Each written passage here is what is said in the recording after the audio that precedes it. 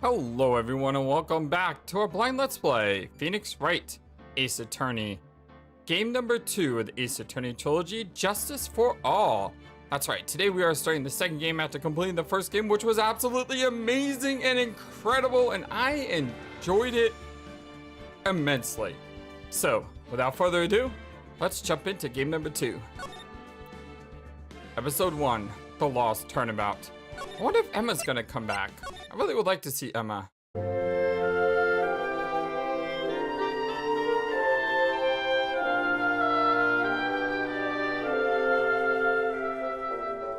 But, you know, that gives us a chance to meet new characters as well. So let's... is Von Karma coming back? Huff, huff, grr. How did I get into this mess? That's far enough. You can't run forever, Mr. Phoenix Wright. He's having a nightmare about the judge? What? What have I done wrong? I cannot allow you to go on like this. All the questionable dots? But I'm just a simple defense attorney. Silence! You are no longer worthy of your title.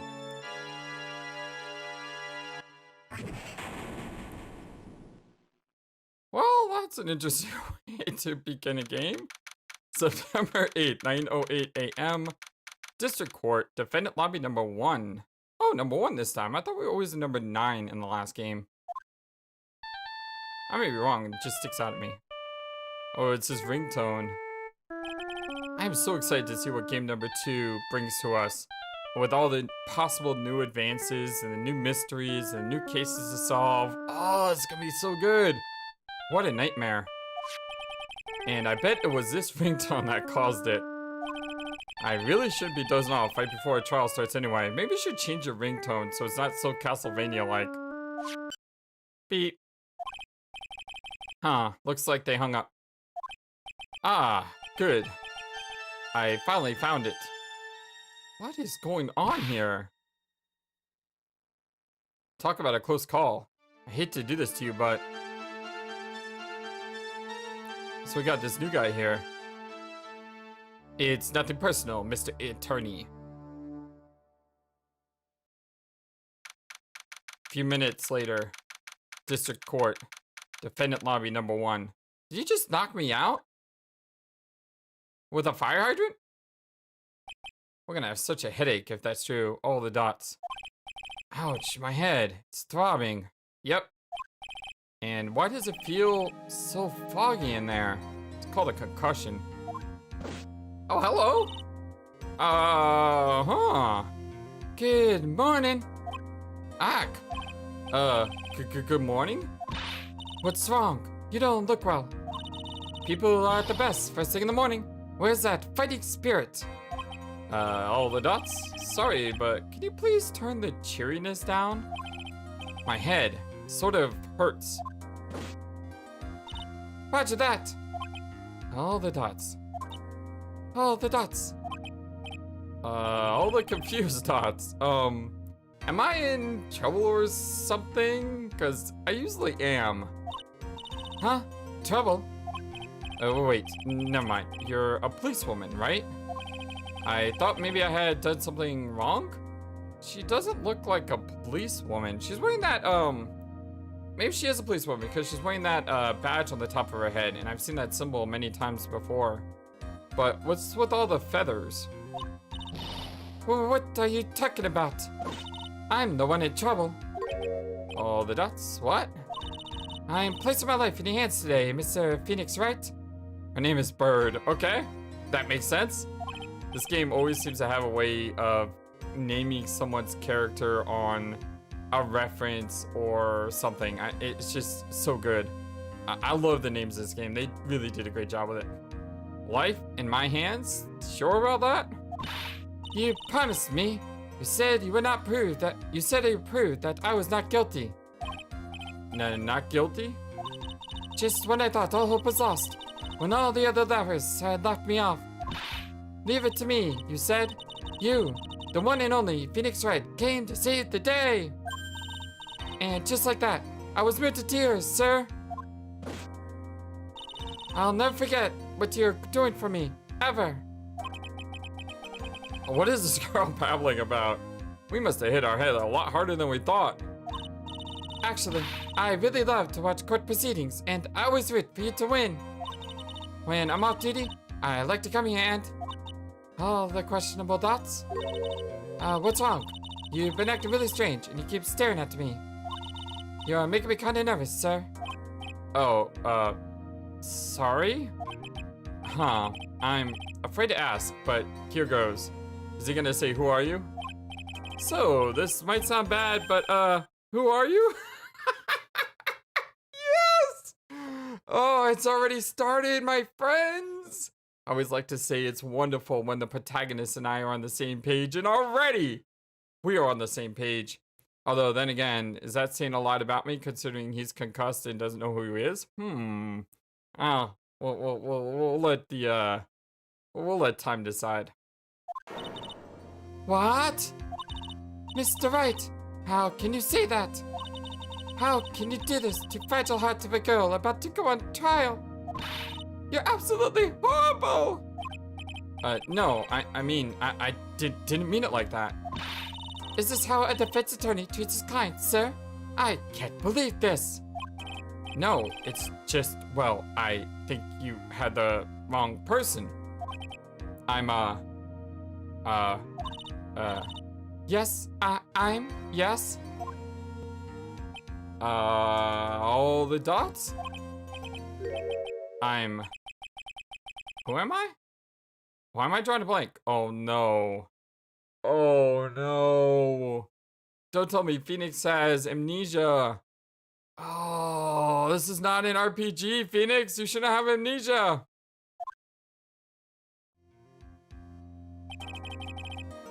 The trial will begin shortly. Will the defendant and a lawyer please proceed to the courtroom immediately? The trial's about to start. I'm counting on you in there, okay? We're so screwed. I had no idea what's going on. I guess I must have amnesia. This ain't good. Oh boy. Let's see. What can I piece together? From the sound of things, it's probably safe to say that I'm a defense attorney. And that girl, I say I'd prove her not guilty. I can't believe I made such an irresponsible promise.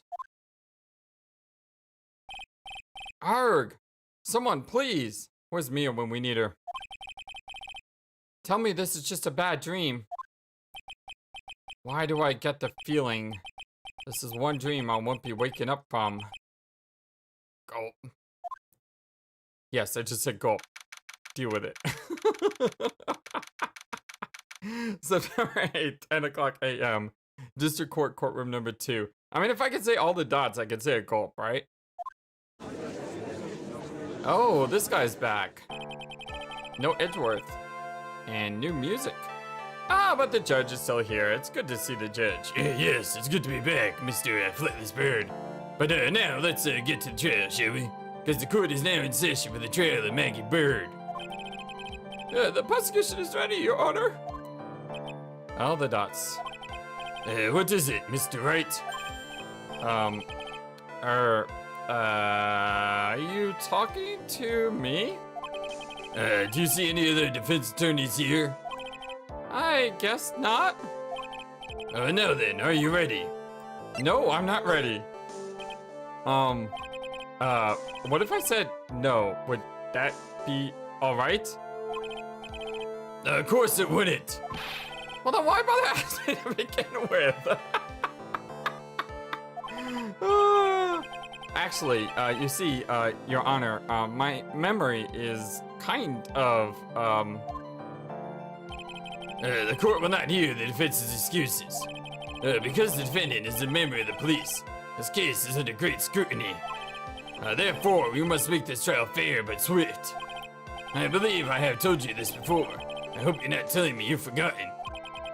Actually, I have. Mr. Payne, your opening statement, if you would, please. Yes, Your Honor.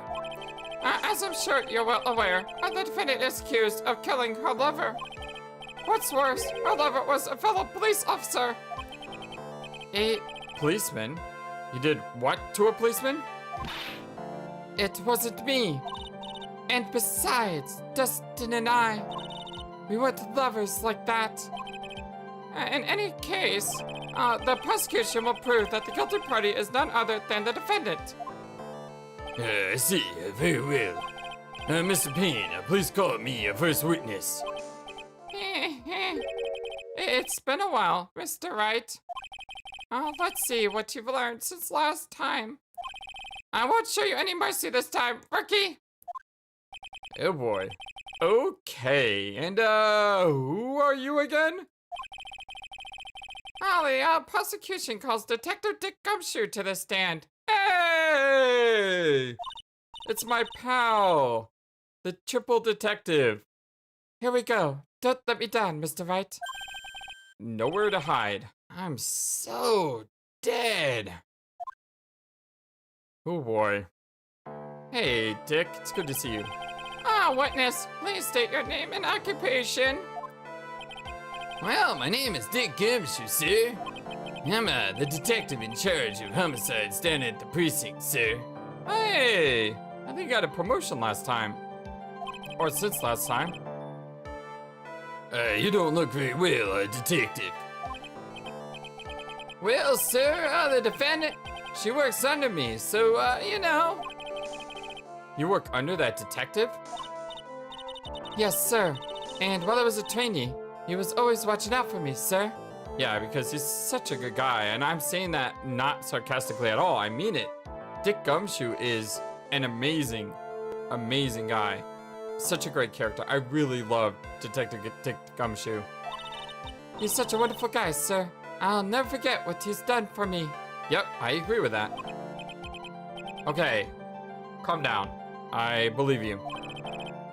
Detective Gumshoe, please describe for us the details of the murder. Yes, sir.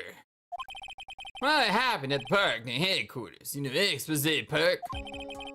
Wait, what's going on? We didn't get the flash on the screen that said we were going into testimony. Well, the victim was one of the local cops. You know, Dustin Prince. Dustin Prince. He does. I love the names of this game. It's so good. Oh, I really, really love this series. He was pushed down from the benches on the upper pass, sir. The landing beat his body up and snapped his neck. The details are listed in the report that was distributed yesterday. Yes. This autopsy report, correct? Why do I not remember getting a copy? Well, I see everything is in order here. Even the estimated time of death is unusually well documented. The victim's watch stopped from the impact of the landing, sir. Well, the results of the autopsy confirm the time of death. If I may, Your Honor, the prosecution would like to submit this photograph. Very well. The court accepts it into evidence. Crime photo 1 added to the court record. The victim fell from the walking path above. Well, now then, I recall at yesterday's preliminary hearing. A very important piece of evidence was brought to our attention. Yes, Your Honor. Yes, sir. Yes? I guess? Mr. Wright, is your head on right today? There was a very crucial piece of evidence found under the victim's body. Was there? Have you lost your mind? Well, actually, when you put it like that, it's just, nerves. That's it, nerves. Give me a second. What? How can you talk like such an amateur? I thought you were a pro, sir. All the dots. All right, sir. I'll help you through this. At a time like this, maybe you ought to take a glance at the court record. Court record? Is there a lot of things there? Oh wow, there is a lot of things here. Let's see. Maggey Byrde, she's 22. She's my client. The only thing I can recall is that she's a policewoman. Dustin Prince, age 30. The victim and a policeman. Seems that he was dating the defendant, Maggey Byrde. Winston Payne, age 53. The prosecutor for this case, he lacks presence. Generally bad at getting his points across. I wonder where Edgeworth is. Dick Gumshoe, age 31, detective at the local precinct in charge of the initial investigation. Alright. Oh, we gotta look at the evidence too. Attorney's badge. It's my all-important badge. It shows that I'm a defense attorney. Cell phone. I found this in my pocket, but I don't remember what it means or how I got there. Dustin's autopsy report. Time of death, 9/6 at 6:28 p.m. Calls, broken neck. Body was also covered in bruises. Glasses. Found under the victim's body. Pieces of nearsighted lenses were found nearby. Crime photo 1. The victim fell from the walking path above. Alright, so... if he landed like this... if he landed like this, how was his glasses broke so badly? Unless, upon landing, he landed face down, and then his body, like, bounced up, and his glasses flew under him? I don't know. Okay. Yep. Info about evidence and people involved with this case. All listed there, sir. You can look at the court record by pressing the R1 button. The R1 button, huh? You really know what you're talking about, don't you? It's too bad I'm a cop, right? Just think. I could totally be a legal aid instead. Mr. Wright. Yes, Your Honor. Court is in session. Will you save your chit-chat for later? Sorry, Your Honor. Well, I guess I'd better check the court record and see what I can find. What was it again? The R1 button? Alright, Mr. Wright. Let's see if your notes are in order. And what was the piece of evidence found underneath the victim's body? It was glasses. I really want to know what happens if I say something else, though. So let me say something else to see what he says. A wallet. We don't have our health icon on the top right, so I don't think I'm gonna lose points for this. I'm pretty sure it was a wallet. Wow, his objection is worse than my voice acting. I mean, I tried to give him like this weaselly voice, but man, that is super high pitched. Holy cow. And when I say worse, I don't mean the voice actor is worse than me. I just meant worse as in what I perceived him to be. Like, I perceived him to be like this weaselly guy, but instead he's a weaselly high-pitched guy. That is insane. Wow, I wish I could do that voice. This is a court of law. You can't just make wild guesses. Yes, agreed. They're right, Mr. Wright. You have to check the court record before you answer. If you don't, your client might end up with a guilty verdict. Your client? You do realize that too, right? I'll ask you one more time. What was the piece of evidence? Alright, so this is mostly like a tutorial trial so far, and that's alright. I'm okay with that. They were glasses. Well, that's simple, Your Honor. A broken pair of glasses. Well, that's right. Well, the victim grabbed his killer's glasses as he was being shoved, sir. And held on to them as he fell. How would he do that? All the dots. Hey, why you give me that evil eye? Those glasses you're wearing. Ning? Yes, this is my spare pair. But these glasses are found at the scene of the crime are not mine, I swear, sir. You sure about that?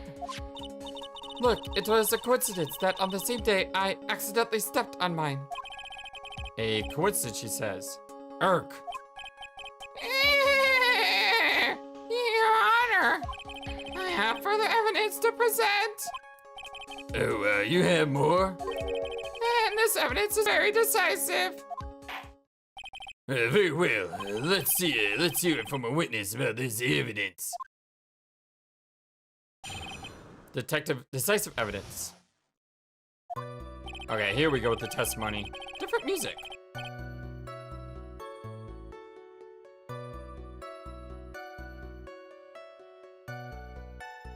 It's very somber-like. It's very pretty, though. Well, there's something even more incriminating than the glasses under the victim's body, sir.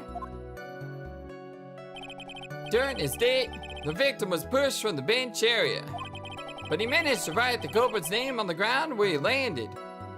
He managed what? What? I don't like saying it, but it was clearly defendant's name, Maggey, sir. This is such a frame job. Are you telling me that a guy who fell down and snapped his neck? Hold on, what does the autopsy say? He has a broken neck, which means he did not survive. There's no way he could have written that name out. That is nonsense. Someone framed her. Was there evidence? Not evidence. Was there witnesses on the scene that saw this happen? I don't like saying it, but it was clearly the defendant's name, Maggey, sir. With this piece of evidence and glasses, well, it's hard not to say that she's the culprit. Yeah. Oh, this is a picture of the writing, Your Honor. That's nonsense. There ain't no way. This is. Yes, I see your name is written clearly here. Is that even how you spell her name? Ha! I was right. That's not how you spell her name. Oh, I'm on fire right now. No, I'm not. Don't. If I need to erase that from the clip because no, I'm not on fire because I'm about to get trounced somehow. Watch, but clearly, this is not. This was written by someone who didn't know her very well. This is such a frame job. Come on. First off, he has a broken neck. There's no way he could have written that message. Secondly, her name is misspelled. There's no way he would have done that if he liked her a lot. Yes, I can see your name is clearly written here. The prosecution would like to submit this picture. Understood. The court accepts it into evidence. Crime photo 2 added to the court record. As if the glasses alone don't make you look suspicious. The victim even wrote your name clear as day on the ground. But, I already told you. Those glasses aren't mine. And how do you explain his dying message? All the dots. It's a conspiracy. I'm not guilty, sir. Mr. Wright, you may cross-examine the witness. Cross-examine? This is it. I'm counting on you. Oh, now this music. Oh, this is...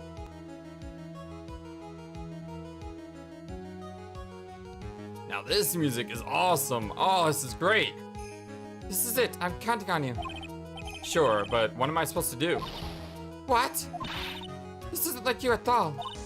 Normally, this is the part where you get in the witness' faces. Get in their faces and do what? I guess there's no way around it. Okay, I'm gonna lend you a hand.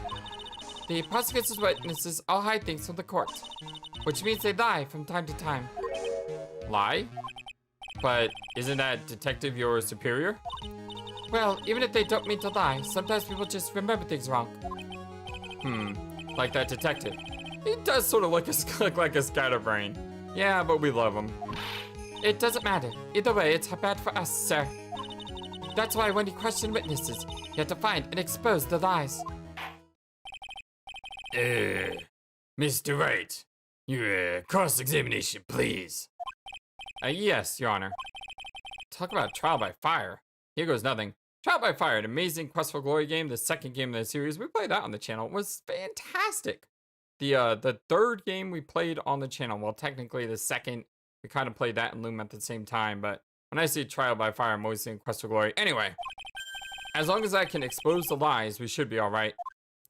I like how they say it doesn't have to be a lie. It can be a misremembering. That's kind of cool. Decisive evidence. Let's do it. Well, there's something even more incriminating than the glasses on the victim's body, sir.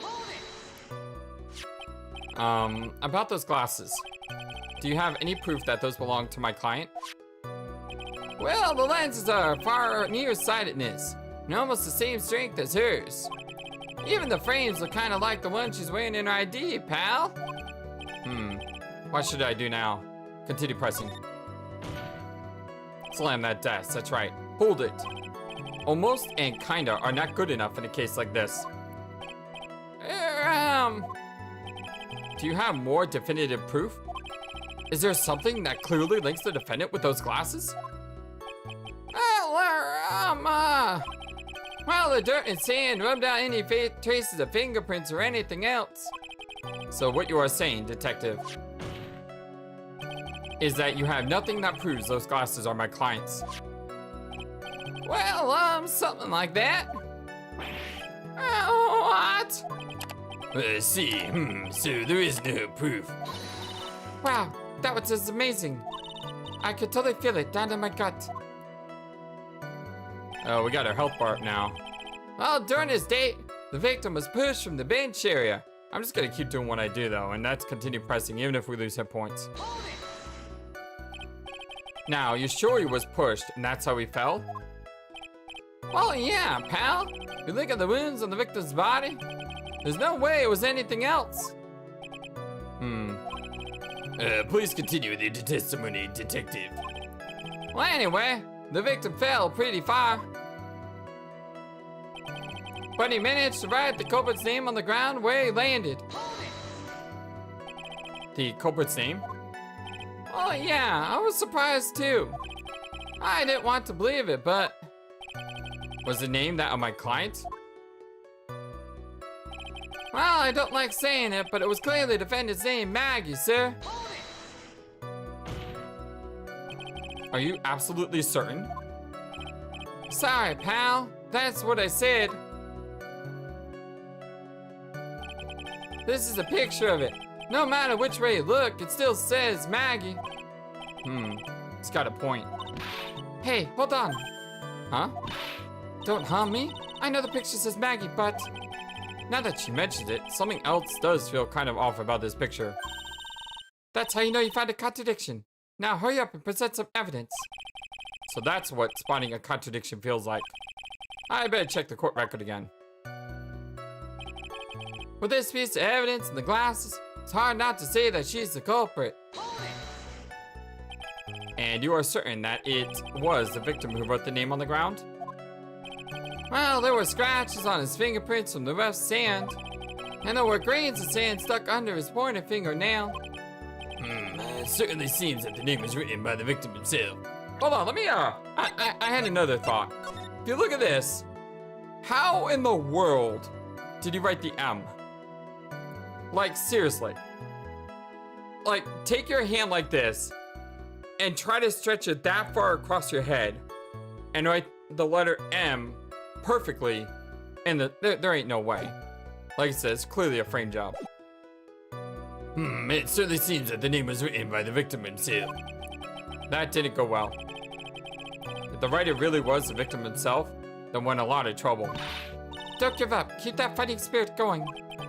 I'm glad you're all pumped up, but I really want to see a special move, sir. My what? You always look so cool when you present evidence. Present evidence? Oh, that present evidence. Enlighten me. About this presenting evidence. Okay, when you listen to testimony, you can compare it with the court record. If you do that, you're sure to find contradictions in the witness's statements. Contradictions? Well, there are many reasons why the testimony may contradict the evidence. The witnesses might be lying, or maybe they're just mistaken. And? You still have no idea what I'm talking about. When you find a contradiction, open the court record to the item you need. And then I present that evidence, right? You got it. You can also present people's profiles as evidence. That was what I was about to say. How do I present her profile picture? But I guess that's changed in this game. Awesome. So now we have to balance profile pictures with actual evidence. Very cool. There's so many items. Make sure you present the right thing. Sounds complicated, but I'll give it a try. You're pretty good at this. Wow, being praised by a pro. I don't know what to say. All right. Let us go here. Here. Present. And then we go to profiles and we present her name. Excellent. All the dots. All the you messed up dots. Okay. Apparently he loves his dots today. What is this? Is he getting like some of his memory back? What's come over me? Without thinking, I just blurted out, "Objection!" And I yielded at the top of my lungs, finger outstretched, ready to take on my opponent. What a rush. Detective Gumshoe. You talking to me, pal? Please state the defendant's name for me. What are you trying to prove with this futile exercise, Mr. Wright? Oh, you'll see. This is a very crucial line of questioning. Actually, Mr. Payne, you can answer. The defendant's name, if you please. Where's this ridiculous question coming from? The defendant's name is Maggey Byrde. No, it's not. I think someone needs to check the court record. What? It says right here that it's Maggey Byrde with an EY instead of IE. Oh no! Ah! It looks like the bird caught the cat napping. What's going on here?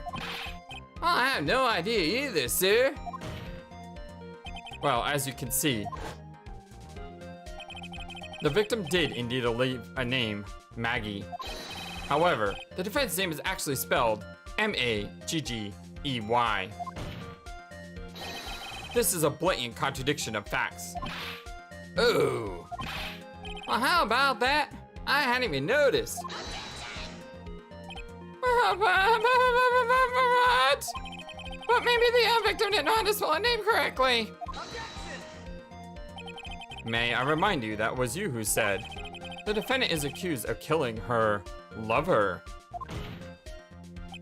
If they were truly lovers, it would be impossible for him not to know how to spell her name. No! This is very true. Mr. Payne. Yes, Your Honor.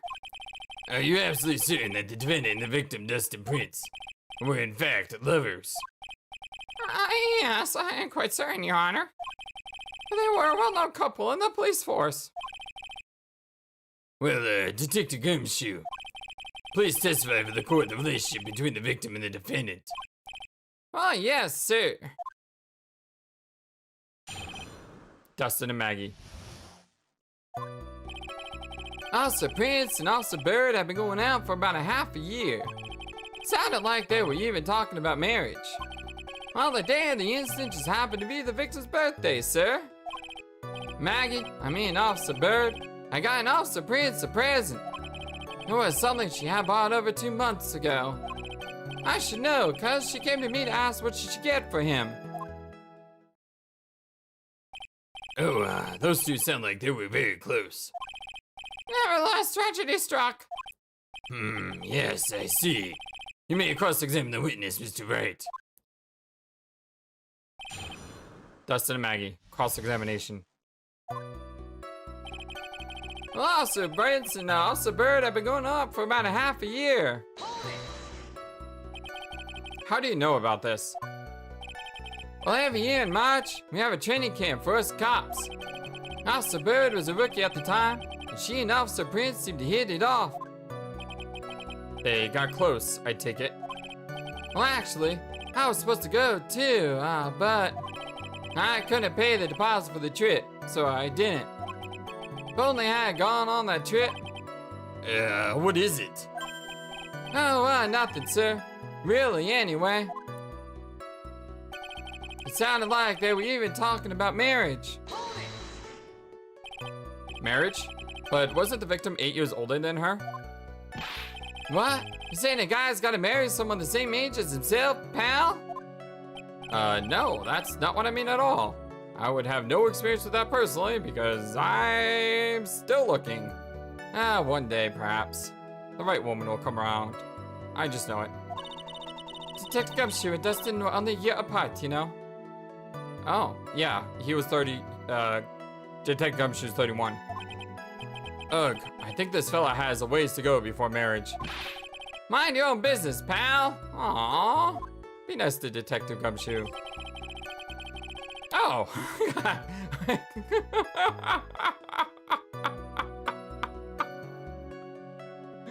Oh, it was so random.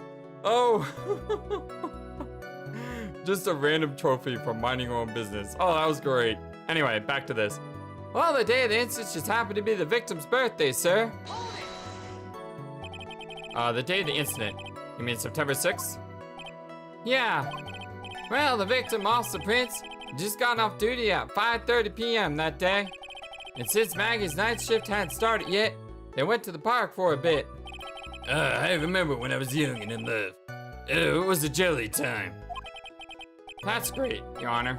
I'm glad you're such a cheerful old man. Wait, hold on. We don't have birthdays here. Darn it, we just have ages.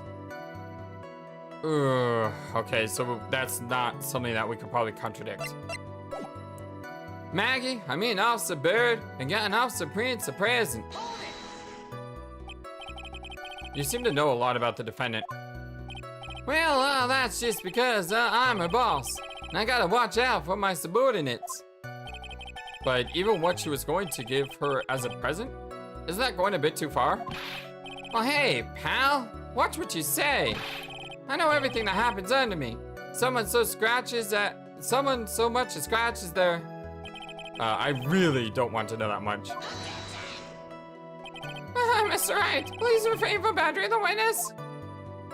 I agree. Even if this witness has a crush on the defendant. Well, that should not be the point of discussion at this time. Whoa, wait a second. Why are we talking about this? It's all your fault, pal. You're guilty. Well, I should have you arrested. I think the good detective is about done here. It was something she had bought over 2 months ago. Over 2 months ago? Well, yep. She was a very considerate woman, pal. So, what was this birthday present? Well, she got him a glove. A single glove. Why would you only give him one? Actually, Your Honor, the glove in question is a baseball glove. Oh, I see. A baseball glove. Officer Prince was a huge baseball fan. A baseball glove. Press further. Just now, I believe you said that the present was something she had bought over 2 months ago. Well, yeah. Are you saying she bought the glove at a store that far in advance? Nah, nothing like that, pal. Well then, what is it like? Oh, she ordered it. It was custom made. Custom made? That glove was custom made? Yep, that's what I said. So the glove was custom made.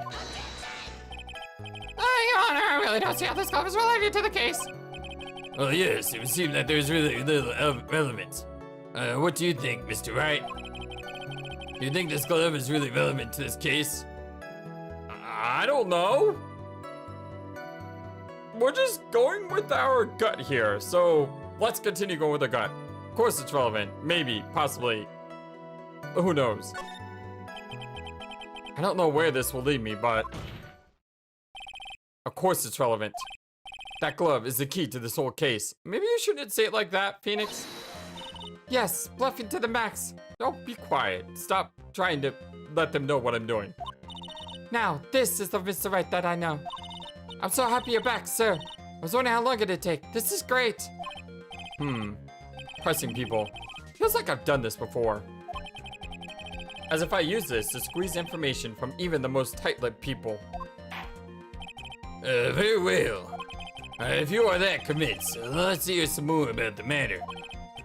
Well, actually, I brought the glove with me today. And? Why didn't you say so earlier? Hurry up and show the glove to the court. Well, I didn't think I had anything to do with the case, so, but anyway, this is it, sir.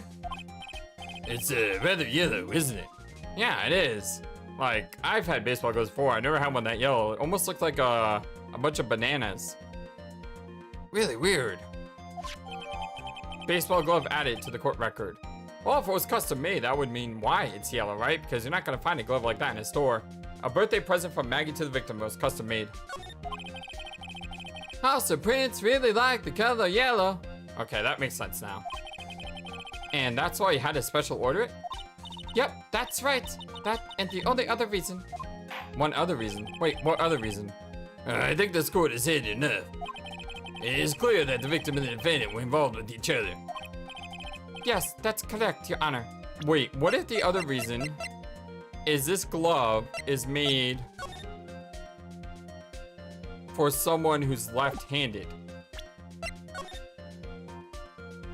What if this glove is for a left-handed person and he's drawing with his right hand? Because there's no way someone who's left-handed, unless they trained the right hand, which, I mean, take your opposite hand that you don't hardly ever use and try to write the name Maggey while not being able to see the name. I mean, come on. Now, if that is true, it brings up an important question. Was the name Maggey really written by the victim?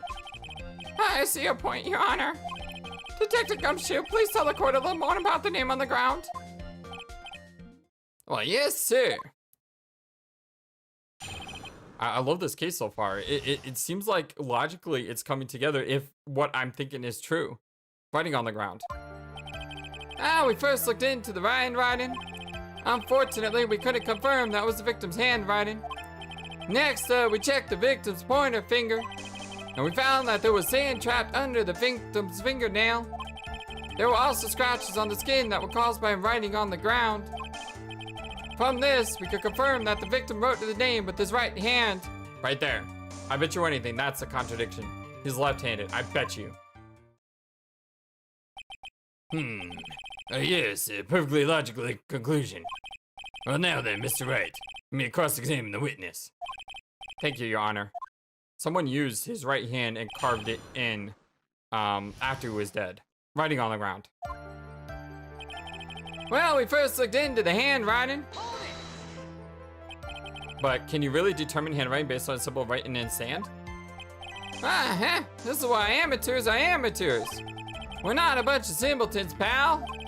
Scientifically, investigation of this country is actually pretty good. I believe it's time to go back to the real point.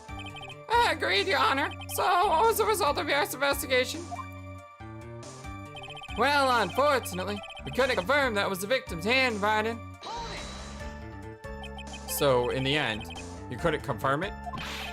Hey, don't you look so down on us. I told you, we're not a bunch of simpletons, pal. Everyone knows you can't find out everything you want with scientific investigation. Well, Emma would disagree with you, but yeah. I've never heard that before. Me neither. No, I never heard anything like that at the police academy, sir. Okay, so I made it up. Anyway. Next, we check the victim's pointer finger. His pointer finger? Well, you know, the one you're always pointing and waving around in people's faces.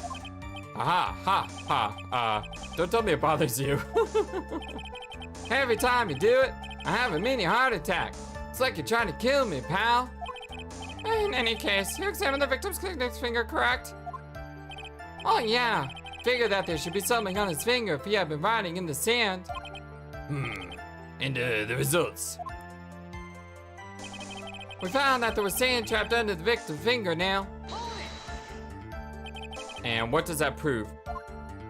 Well, it proves that he did write his name with his own finger. Yes, which explains why there was sand stuck under his nail. I guess he's right. And there's more. There were also scratches on the skin that were caused by him writing on the ground.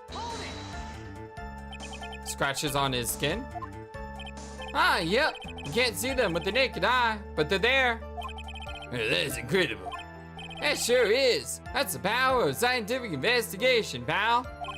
They're so small that we had to use a magnifying glass, like a really strong one. It's got that really scientific sounding name. You mean a microscope? Yeah, that's it. Here's one of those, and that's how we found him. I can't believe this guy doesn't know what a microscope is.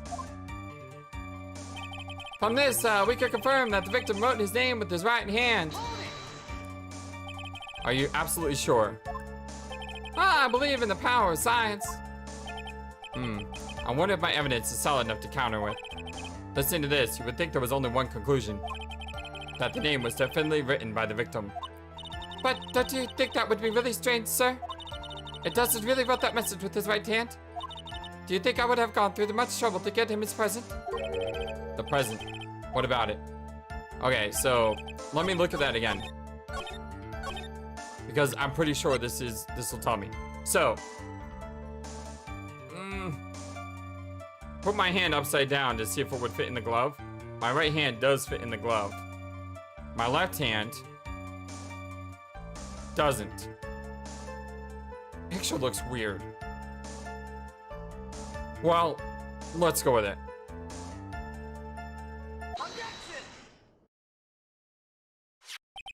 Detective Gumshoe, take a look at this. Well, that's the glove, right? Could you tell the court what's so special about this glove? Ah, what's special? Never really thought about it, but, well, it's really yellow, and that's about it.